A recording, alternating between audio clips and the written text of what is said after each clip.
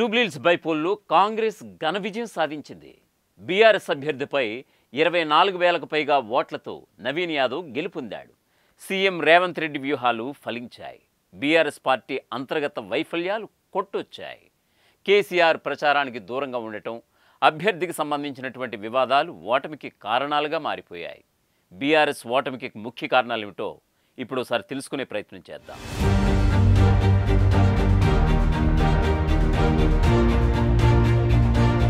CM Revanth Reddy ఈ ఉప ఎన్నికను ప్రతిష్టాత్మకంగా తీసుకుని వ్యూహాలు రచించి సక్సెస్ అయ్యారు. అయితే ఇప్పటికే అసెంబ్లీ ఎన్నికల్లో, పార్లమెంట్ ఎన్నికల్లో ఘోర పరాజయం పాలైనటువంటి బీఆర్ఎస్ పార్టీకి దెబ్బ మీద దెబ్బ పడుతూనే ఉంది. 2024 కంటోన్మెంట్ ఉప ఎన్నికల్లోనూ ఆ పార్టీ పరాజయం పాలుగాగా మూలిగే నక్క మీద తాటిపండు పడ్డ చందంగా తాజా ఎన్నికల్లోనూ కారు టైరుకు పంక్చర్ అయింది. అయితే బీఆర్ఎస్ పార్టీ చేజేతులా జూబ్లీహిల్స్ సిట్టింగ్ స్థానాన్ని కోల్పోయిందా అంటే అవునని అంటున్నారు పొలిటికల్ పండిట్స్.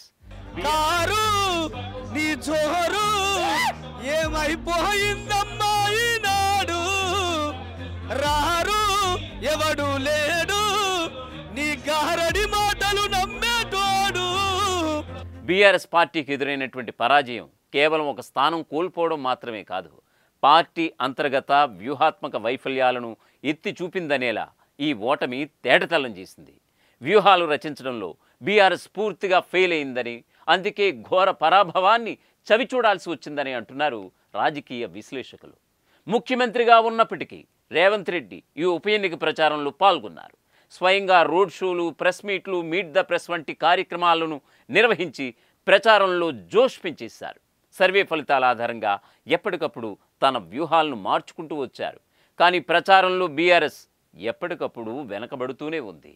బీఆర్ఎస్ అధినేత మాజీ సీఎం కేసీఆర్ జనంలోకి రాకపోవడం పార్టీకి తీవ్ర వ్యతిరేకతను తెచ్చిపెట్టింది. ఆయన పూర్తిగా ఫామ్ హౌస్కి పరిమితి కావడం ఆ పార్టీకి అతిపెద్ద మైనస్ అయిపోయింది.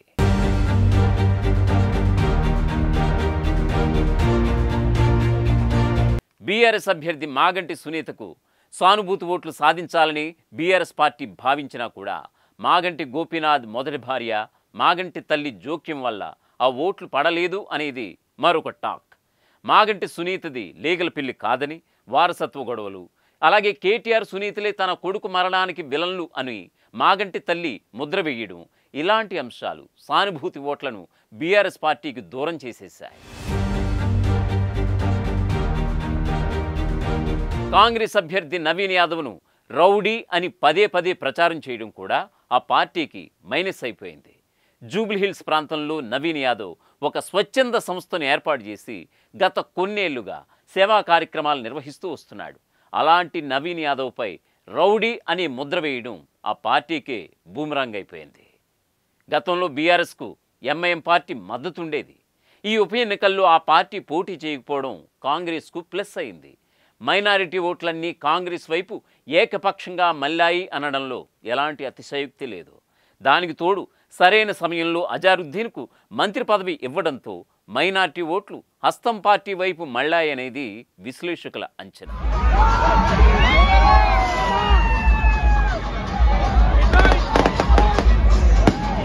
ఇక ట్రబుల్ షూటర్గా పేరున్నటువంటి హరీష్ రావు కీలక సమయంలో ప్రచారానికి దూరమయ్యాడు.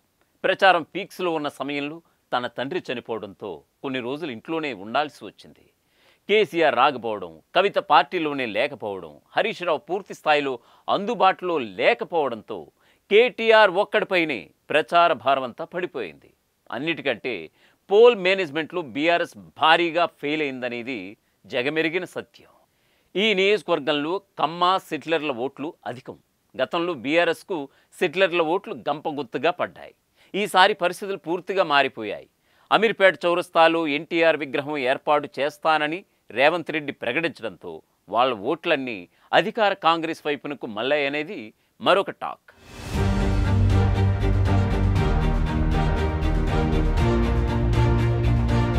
ఇక కాళేశ్వరం ప్రాజెక్ట్, విద్యుత్ కొనుగోళ్ల అంశాలు, ఫోన్ ట్యాపింగ్ వ్యవహారం, ఫార్ములా రేస్ వంటి అంశాలపై ముఖ్యమంత్రి రేవంత్ రెడ్డి చేసినటువంటి విస్తృత ప్రచారం జనంలోకి బలంగా వెళ్ళింది. ఈ ఆరోపణలపై బీఆర్ఎస్ను రేవంత్ రెడ్డి శిక్షించలేకపోయినా అక్రమాల గురించి జనంలో బాగా అవేర్నెస్ తీసుకురావడంలో సక్సెస్ అయ్యారు ముఖ్యమంత్రి రేవంత్ రెడ్డి. సోషల్ మీడియాలో బీఆర్ఎస్ బలంగానే కనిపించిన ఆ హైప్ మెజారిటీ బస్తీ ఓటర్లకు చేరలేకపోయింది. కర్ణుడి చావుకి 1,00,000 కారణాలన్నట్లు పలు కారణాలతో బీఆర్ఎస్ పార్టీ సిట్టింగ్ స్థానాన్ని కోల్పోవాల్సి వచ్చింది. ఇకనైనా ఆ పార్టీ వ్యూహాత్మకంగా వ్యవహరించాలని, లేదంటే రానున్న అసెంబ్లీ ఎన్నికల్లోనూ కష్టాలు ఎదుర్కోవాల్సి వస్తుందని రాజకీయ విశ్లేషకులు హెచ్చరిస్తున్నారు.